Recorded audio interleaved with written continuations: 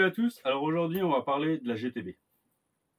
Il y a un montage un peu bizarre dessus, normalement vous avez vu les autres vidéos, vous allez comprendre. Donc j'ai enfin bossé un peu dessus, il me reste franchement les suspensions à retravailler parce que je suis pas super satisfait. Je suis en train de chercher un setup pour pouvoir la faire. Là je l'ai remonté pas mal, vous allez comprendre pourquoi. Parce qu'en fait, j'ai monté le châssis RC Baiji, ça y est, j'ai enfin pris un peu de temps pour le monter. Donc je l'ai remonté pour l'instant au maximum. Surtout que ça dépend où est-ce qu'on va aller rouler avec. Suivant le parking, je veux qu'elle soit assez haute. Parce que j'ai pas envie de le frotter tout de suite. Bon là, même si j'ai mis un film transparent dessus, normalement pour les voitures, pour protéger les ailes et tout ça, les bas d'ailes. Donc c'est un film transparent. Là, il n'est pas mis parce que je me suis un peu loupé. Par contre, j'ai encore un diffuseur que je dois adapter. Donc on le mettra dessus. Et ça protégera derrière. Donc là on a un beau skid en carbone et devant pour le kick-up il a fait une pièce en allure ajoutée qui va un peu dessous. J'en ai encore une autre, je vais la sortir, je vais vous la montrer. Donc là en fait j'ai une autre pièce aussi en alu, donc complète, qui remplacerait le skid en carbone. Donc j'ai hésité à la monter à cause de là, parce que là on a une petite arête du coup que là on n'aura pas. Pardon. Mais je l'ai laissé comme ça pour l'instant, ça ira très bien. On va laisser ça.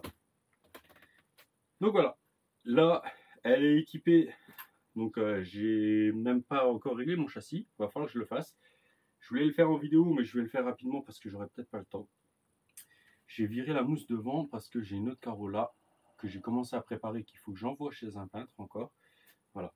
En attendant, je vais rouler avec encore ma carreau Delta Plastique qui en peut plus, qui est à bout de souffle, mais c'est pas grave.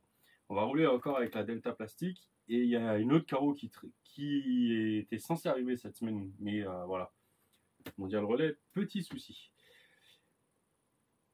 Donc voilà.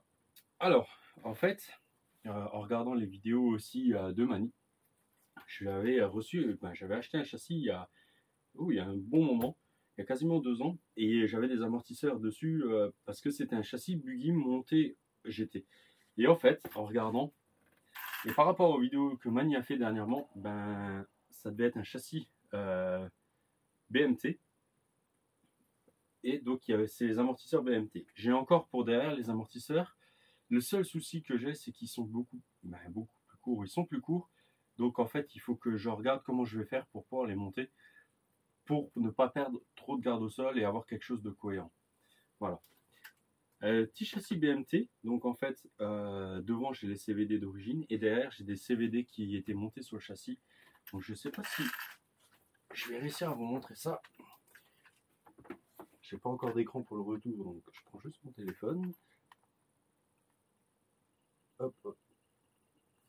Voilà, donc on les voit un petit peu là. Si j'ai pas ma main devant. Donc voilà, donc ils sont franchement une belle taille.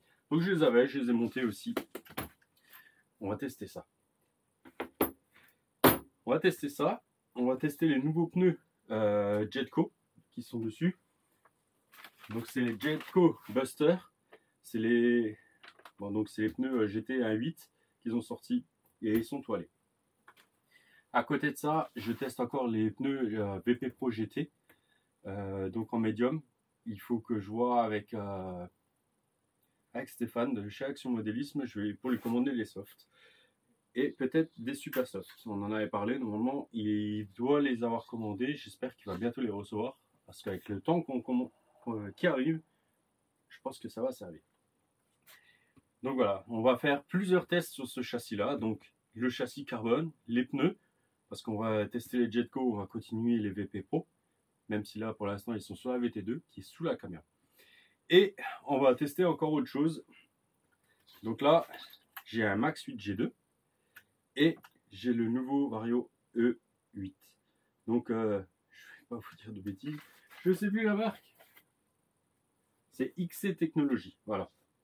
XC Technologies, donc E8. Donc là j'ai imprimé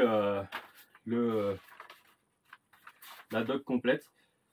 Alors ce que je vais faire, c'est que je peux vous mettre le lien du site. Si j'y pense, je vous le mettrai dans la description, le lien du site pour que vous alliez voir. Mais voilà, c'est tip top. Et moi, je viens juste d'oublier de faire un truc.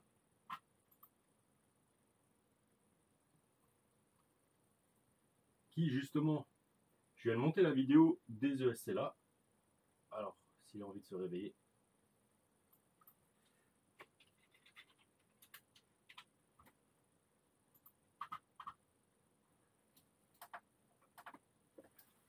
Voilà qui est fait. Donc voilà, on va faire pas mal d'essais. Donc ce que je vais faire, c'est que je vais... j'ai plus qu'une lipo 6S, donc on verra. Je ferai certainement un pack avec 2 autres lipos.